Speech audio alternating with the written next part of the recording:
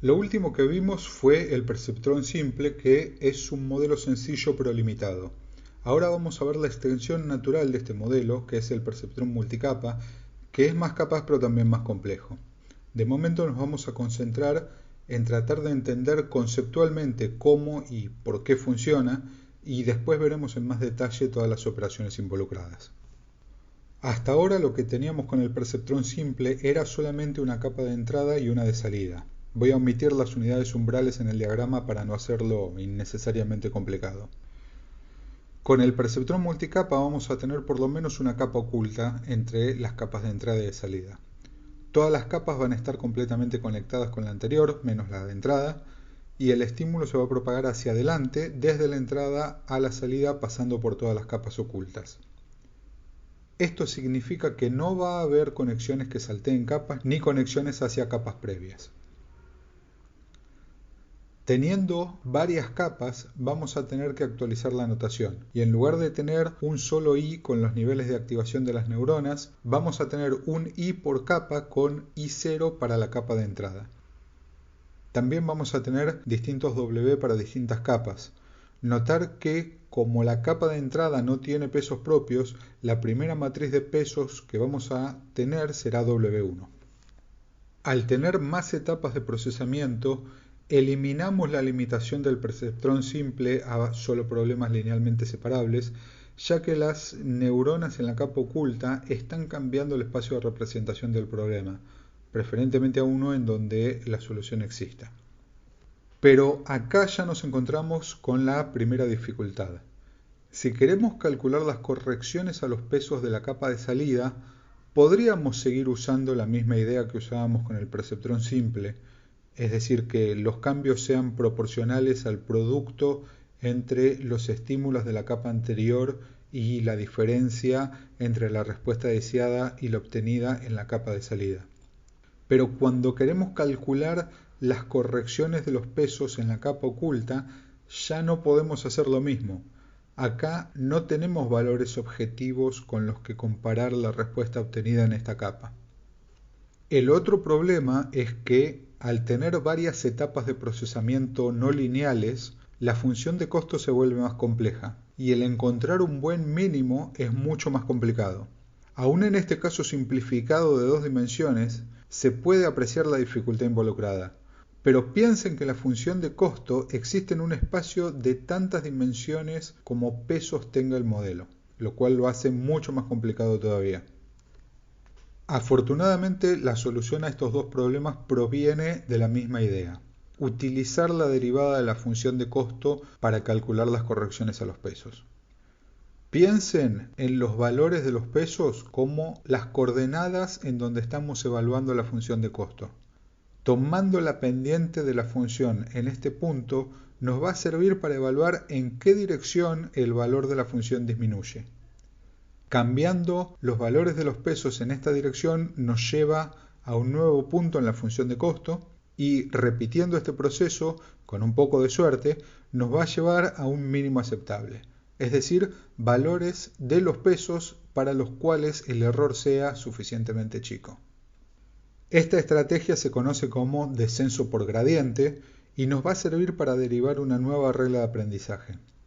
La forma en que calculamos las correcciones a los pesos en el perceptrón simple se suele llamar la regla delta simplificada. Con el perceptrón multicapa vamos a calcular las correcciones a los pesos siguiendo la derivada de la función de costo, y a esta otra regla se la llama la regla delta generalizada. Pero, a pesar de que, desde el punto de vista teórico, esta idea es fácil de entender, no es inmediatamente evidente cómo puede usarse para calcular las correcciones a los pesos de todas las capas o cómo interpretar conceptualmente lo que está pasando. De esto nos vamos a ocupar principalmente ahora. Primero vamos a encargarnos de obtener una respuesta del modelo.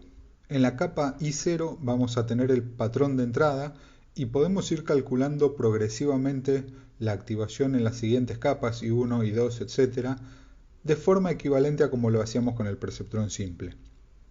Notar también que en distintas capas podemos tener distintas funciones de activación. Por ejemplo, S1 podría ser una función sigmoidea y S2 una función lineal. Vamos a necesitar también la derivada de las funciones de activación. Esto lo vamos a anotar como I', es decir, es el resultado de aplicar la derivada de la función de transferencia en lugar de la misma función de transferencia, aunque después vamos a ver una forma más conveniente de calcularlo. Con esto ya tenemos todo lo necesario para calcular las correcciones de los pesos, comenzando con la capa de salida.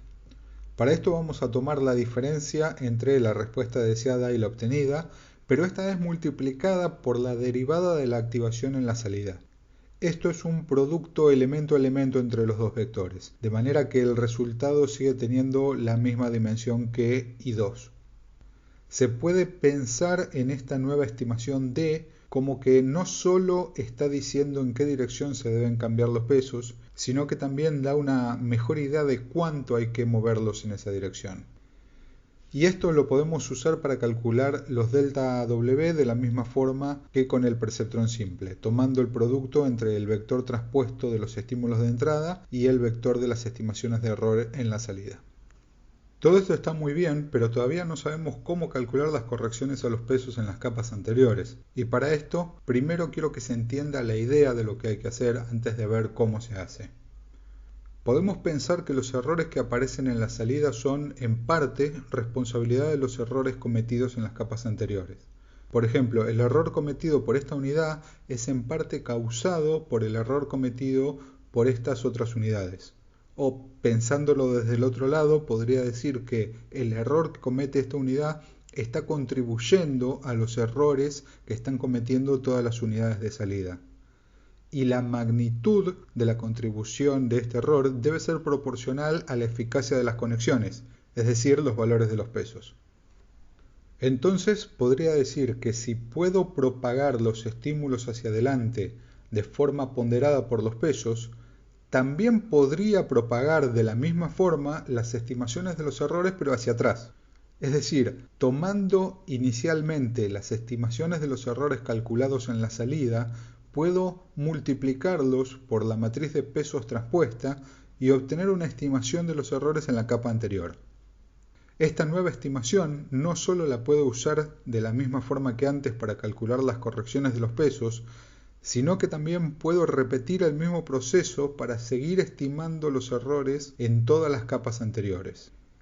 Esto es conceptualmente lo que hace la técnica conocida como retropropagación del error o más comúnmente backpropagation. De momento lo que más me interesa es que se entienda la idea detrás de la técnica. Después veremos en más profundidad todos los detalles de las operaciones involucradas.